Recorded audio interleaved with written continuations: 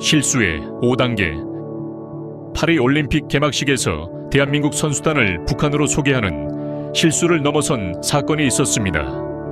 재발 방지, 진심 어린 사과 등 한계가 있을 수밖에 없는 IOC의 사후 대응을 보며 우리의 실수에 대해 재정립해 봅니다. 누구나 실수할 수 있지만 그 실수를 어떻게 다루느냐는 더욱 중요한 문제입니다. 실수를 두려워하지 말고 실수에서 배우지 못하는 것을 두려워하라는 말처럼 실수로부터 적극적인 배움도 사후 매우 중요한 요소입니다. 먼저 실수의 정도에 따른 5단계를 보면 1단계 사소한 실수, 2단계 반복적인 실수, 3단계 중요한 실수, 4단계 치명적인 실수, 5단계 재앙적인 실수입니다.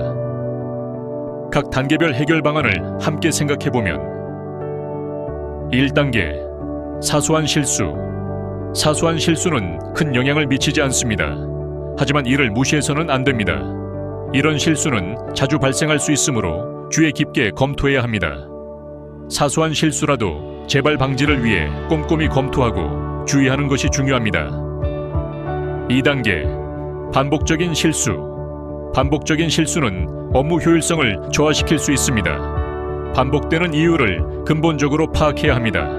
근본 원인을 분석하고 이를 해결하기 위한 교육을 강화해야 합니다. 3단계 중요한 실수. 중요한 실수는 프로젝트에 직접적인 영향을 미칠 수 있습니다. 실수의 원인을 상세히 분석하고 전체적인 프로세스를 개선해야 합니다. 상세한 원인 분석을 통해 실수를 줄이고 프로세스를 개선하여 같은 실수가 반복되지 않도록 합니다. 4단계 치명적인 실수. 치명적인 실수는 회사나 조직의 재정적 손실을 초래할 수 있습니다. 이런 실수는 빠르게 대응해야 하며 긴급 대응팀이 필요합니다. 긴급 대응팀을 구성하여 실수에 신속히 대응하고 재발 방지 시스템을 구축해야 합니다. 5단계 재앙적인 실수. 재앙적인 실수는 회사의 존립에 위협이 될 수 있습니다.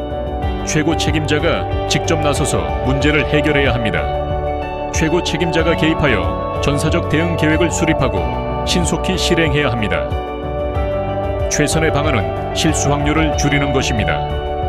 비즈니스 환경에서는 작은 실수들이 모여 큰 실패로 이어질 수 있기 때문입니다. 따라서 초기 단계에서부터 실수를 최소화하는 전략도 필요합니다. 어떤 실수를 어떻게 다루느냐가 우리의 성장에 큰 영향을 미칩니다. 실수에 대한 효율적인 대비와 관리를 응원합니다.